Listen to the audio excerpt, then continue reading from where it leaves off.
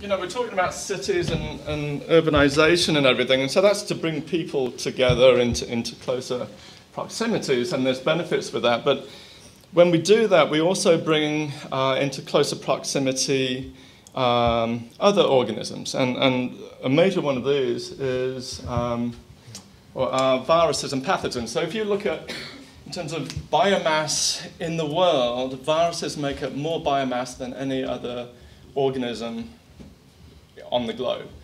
And these are unseen things that we need to take into account when we're starting to manipulate our environment and change it. And basically, that's why I never make any changes to my house, because I don't know what it's going to do. I know my initial ideas are good, but then the unforeseen consequences of those actions have quite, or can have, significant effect.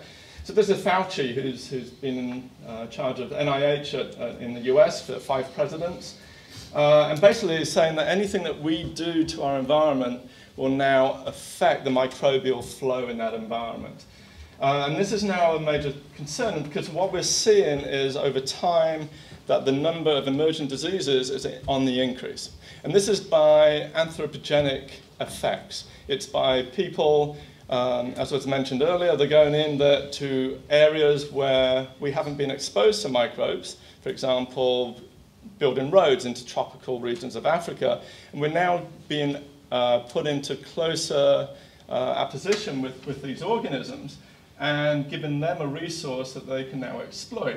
And we're seeing this. So, for example, the recent Ebola outbreak.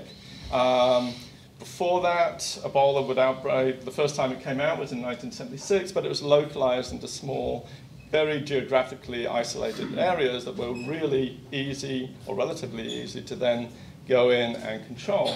As we start to now increase our access, roads are now going in. As soon as that Ebola virus got into an area of low infrastructure, huge city area, it now spread, because the environment now was poised, ready for it to now move through that city, an environment that we had created as people.